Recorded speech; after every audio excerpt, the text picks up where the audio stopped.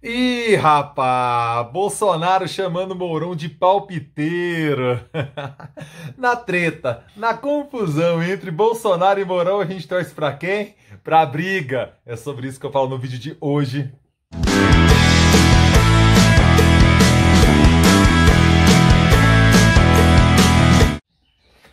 Fala aí, rapaziada! Tudo beleza? Bora gravar o vídeo de hoje, sexta-feira, dia 29 de janeiro de 2021. E eu começo com aquele pedido clássico e tradicional. Por favor, meu filho, por favor, minha filha, caso você ainda não tenha feito, caso esteja pintando no canal pela primeira vez, se inscreva agora aqui no canal, porque você ganha, sim, você ganha conteúdo novo todo dia. Mas é todo dia mesmo tem vídeo por aqui, Pablo? Sim, meu filho, sim, minha filha. Diariamente eu estou aqui no YouTube trazendo os vídeos com aqueles assuntos que eu sei que você curte. Quais são eles? Vamos lá. Política, democracia, história, cidadania, cultura e tudo mais que se passa em minha cabeça simplesmente doentia. Então não vacile, se inscreva agora aqui no canal, porque eu tenho a honra de ganhar a sua nobre companhia e você ganha os vídeos que diariamente estou por aqui. Aproveite, já ative o sininho, clique nas notificações, porque como diariamente eu posto vídeo por aqui, o YouTube vai te avisa e você já assiste. Olha aqui, eu posto, YouTube avisa, você assiste. Pá, pá, pá, pá, pá. Beleza? Então conto com a sua inscrição, conto com as suas notificações. Bora lá. Em entrevista à Rádio Bandeirantes, Mourão, é preciso reconhecer, falou novamente demais. Questionado sobre a evidente, a óbvia incompetência e os desgastes que a presença de Ernesto Araújo trazem para o Brasil ali no cargo que ocupa, na chefia do Itamaraty, Mourão falou, né? Falou mais do que deveria, é preciso reconhecer. Falou que após a eleição da Câmara dos Deputados e do Senado Federal, será feita uma reforma ministerial e que algumas peças seriam realocadas de acordo com o novo contexto das forças políticas que vão emergir desse novo cenário que provavelmente, na terça-feira o vídeo vai falar disso naturalmente, como segunda-feira a eleição no Congresso Nacional, terça é certeza que o vídeo aqui a gente vai analisar, vai comentar o que rolou na votação no Congresso Nacional na noite de segunda-feira, dia 1º de fevereiro. É evidente que esse rearranjo de forças vai mostrar um centrão muito mais apetitoso de espaços e verbas no governo federal do que vemos nessa primeira metade do governo Bolsonaro. Nesse contexto, nesse cenário, é óbvio que vai acontecer um rearranjo de forças e alguns ministros vão perder ali o seu espaço, né? Então o que acontece é que Mourão falou demais. Mourão falou que Ernesto Araújo provavelmente irá sair da pasta das relações exteriores por conta desse novo rearranjo político, e é óbvio que isso incomodou Jair Bolsonaro. Veja você, vice palpitando tem duas possibilidades. Ou eles estão num acordo de presidente e vice em prol de algo que dando um recado que não pode dizer, assim, vamos supor, o presidente não pode falar uma coisa. E aí ele coloca o vice para falar. Quer um exemplo? O José Alencar. O José Alencar foi vice do Lula, vamos recordar, foi vice-presidente do Lula. O que o Lula não poderia dizer, os incômodos que ele tinha em relação à política econômica tocada pelo Palocci e pelo Henrique Meirelles no Banco Central, Palocci na Fazenda, Lula combinava com o José Alencar para fazer a crítica. Então não era exatamente um fogo amigo, era aquilo que politicamente não ficava bom para o Lula dizer, ele colocava o Zé Alencar. Zé de Alencar é o escritor, Zé Alencar é o político. Ele colocava o Zé Alencar para falar. Tem esse contexto. Muito diferente a situação de Michel Temer e agora de Mourão. As críticas que eles colocam aos presidentes é para se portar, para aparecer para a opinião pública como um contraponto, como uma espécie de aquela lógica do policial bonzinho, policial malzinho, você tá ligado? Pois é, como a opinião pública compreendia Dilma naquele momento como a policial mazinha, né?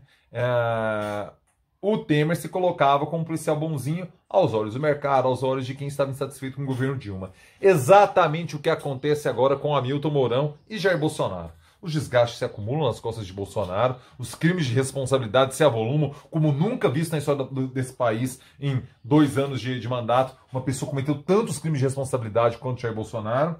e Mourão começa a se colocar como uma figura viável. Então há uma diferença na crítica que um vice faz. Naquele contexto Lula-Zé Alencar, vamos lembrar, Itamar estava caladinho até o momento que emergiu o impeachment. Aí que Itamar se colocou ao ponto conversando com a oposição. Foi assim que aconteceu o impeachment de Collor. Marco Maciel, que era vice Fernando Henrique Cardoso, você não ouvia a voz do cara. Foram 8 anos num silêncio absoluto. Não opinava sobre nada. Foi um vice leal a Fernando Henrique Cardoso. Zé Alencar, vice leal a Lula. As críticas que ele fazia ao governo eram combinadas previamente com Lula para evitar desgaste. Do Lula criticar um ministro, ele colocava o vice para fazer. Era um jogo, era um acordo, era um jogo entre eles. Temer não. Temer puxou o tapete de Dilma, mesma coisa que Mourão está tentando agora com Bolsonaro. É preciso compreender as cenas. Então sim, Mourão falou demais, mas com objetivo, com uma estratégia, visando algo. Sim, Mourão é palpiteiro, eu preciso concordar com o Bolsonaro. Só que a gente precisa sair da ingenuidade e compreender o que está por trás quando Mourão faz uma crítica ponderada e sensata. Dá para confiar no Mourão? Definitivamente não, é o que eu falei. Briga entre Mourão e Bolsonaro, eu torço é para a briga vencer. Por quê? Não podemos esquecer. Mourão já fez um monte de comentários racistas. Mourão é também homenageador daquele vagabundo, daquele criminoso, do torturador do Ustra. Mourão é um defensor saudoso do regime militar. E tem uma diferença, né? Mourão tem uma formação intelectual maior que Bolsonaro. Mourão sabe usar garfo e faca. Bolsonaro não sabe. Bolsonaro não sabe usar talher. Bolsonaro não sabe sentar à mesa. Bolsonaro não tem a formação intelectual que Mourão tem. Mesmo que eu discorde, eu preciso reconhecer isso. Mourão tem respeito da tropa. Bolsonaro, ele é populista com a tropa. Ele agrada no arroz e feijão, no cominzinho ali do dia a dia. Mourão tem um respeito porque subiu na hierarquia militar.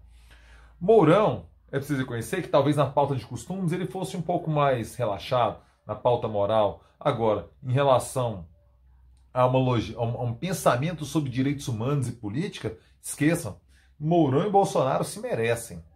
Agora, é preciso reconhecer que Mourão está entrando em campo. E essa é a política que a gente tem que observar.